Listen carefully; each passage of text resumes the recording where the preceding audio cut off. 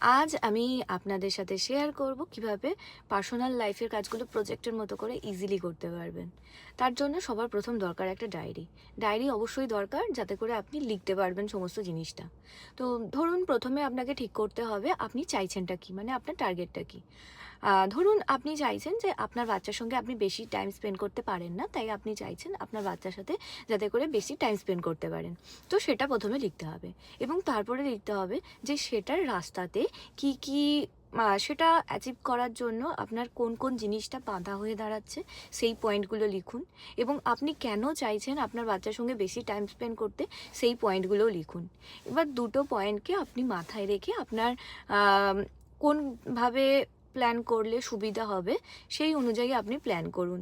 যে আপনি কোন টাইমটায় বাচ্চার সঙ্গে টাইম স্পেন্ড করতে পারবেন, সকালে কি বিকালে কি রাত্রে ঘুমাতে যাওয়ার আগে, বা ধরুন চুল কাটতে যাওয়ার সময় আপনারা একসাথে স্যালনে গেলেন।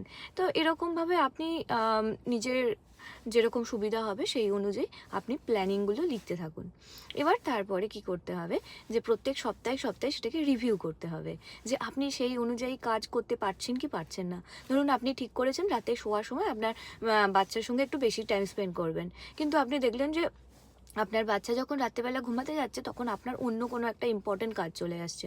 তো ফলে সেই প্ল্যানটা এক্সিকিউট করা যাচ্ছে না। তো তখন আপনি সেটাকে চেঞ্জ করবেন। চেঞ্জ করে আপনি ভাববেন যে কোন টাইমটাতে আপনার একটু ফ্রি টাইম আপনি বের করতে পারবেন। তো সেই জিনিসগুলো আপনাকে আবার লিখতে হবে।